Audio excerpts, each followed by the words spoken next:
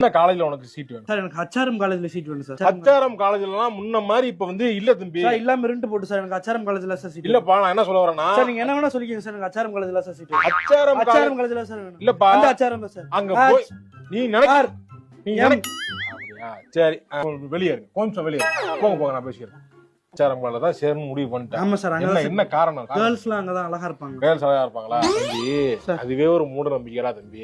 நீ எந்த காலேஜ்ல போய் சேர்ந்தாலும் உன் டிபார்ட்மெண்ட் கேவலமா இருக்க மாதிரி இருக்கும், அதே டிபார்ட்மெண்ட் அழகா இருக்க மாதிரி தோணும். இதெல்லாம் என்ன மன பிராந்திடா தம்பி? ஆனா ஹச்ஆர்எம்னாலே அழகா இருக்குன்னு சொல்றாங்க. அது வந்து சும்மாடா நிறைய நாங்க ஏஜென்ட்ல ஏத்தி விடுறதா அந்த மாதிரி நம்பி போகாதடா.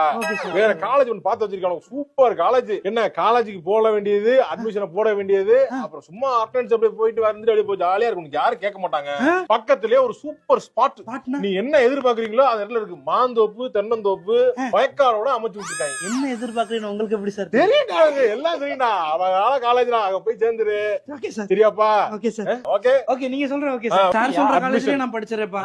ஃபார்ம் வாங்கிட்டு வரேன், நீங்க வெயிட் பண்ணுங்க சார். போங்க போங்க போங்க போங்க. போங்க போங்க.